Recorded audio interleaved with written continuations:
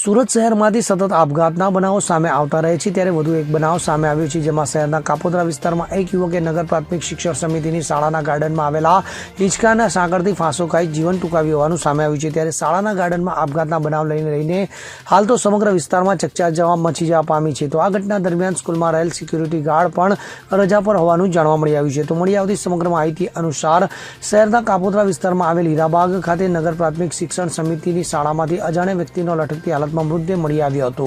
તો ડોક્ટર વિક્રમ શારાભાઈ પ્રાથમિક ક્રમાંક નંબર 136 નગર પ્રાથમિક શિક્ષણ સમિતિ કુમાર શાળા અને કવિશ્રી રાજેન્દ્ર શાહ ક્રમાંક નંબર 143 કન્યા શાળામાં સવારે સ્કૂલ ખોલવામાં આવતા જ આ પ્રકારના દ્રશ્યો સામે જોવા મળી આવ્યા હતા, જેના પગલે સ્કૂલનો સ્ટાફ અને વિદ્યાર્થીઓ પણ હેતાઈ ગયા હતા।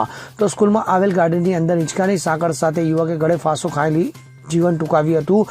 ત્યારે શાળાના ગાર્ડનમાં હિંચકાની સાંકળથી આપઘાત કરેલા યુવકનો લટકતો મૃતદેહ જોઈને તાત્કાલિક આ મામલે પોલીસને જાણ કરવામાં આવી હતી। તો આ ઘટના અંગે જાણ થતાં કાપોદ્રા પોલીસની ટીમ ઘટના સ્થળે દોડી આવી હતી। તો સાંકળથી લટકતા યુવકના મૃતદેહને પોલીસે નીચે ઉતારી પીએમ અર્થેશ મેમોરિયલ હોસ્પિટલ ખાતે ખસેડવામાં આવ્યો હતો। ત્યારે આ સમગ્ર મામલે હાલ તો કાપોદ્રા પોલીસ દ્વારા યુવકના આપઘાતના મામલે યુવકની ઓળખની દિશા તરફ તપાસ હાથ ધરવામાં આવી છે।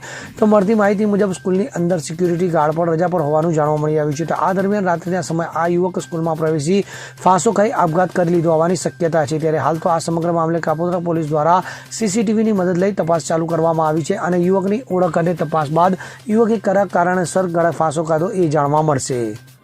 નરેશ સિમરણ સાથે CN24 ન્યૂઝ સુરત। હવે જુઓ દેશ દુનિયાની તમામ ખબરો તમારી આંગળીના ટેરવે। ઉઠાવો મોબાઈલ અને ગૂગલ પ્લે સ્ટોર પરથી ડાઉનલોડ કરો અમારી CN24 ન્યૂઝ મોબાઈલ એપ।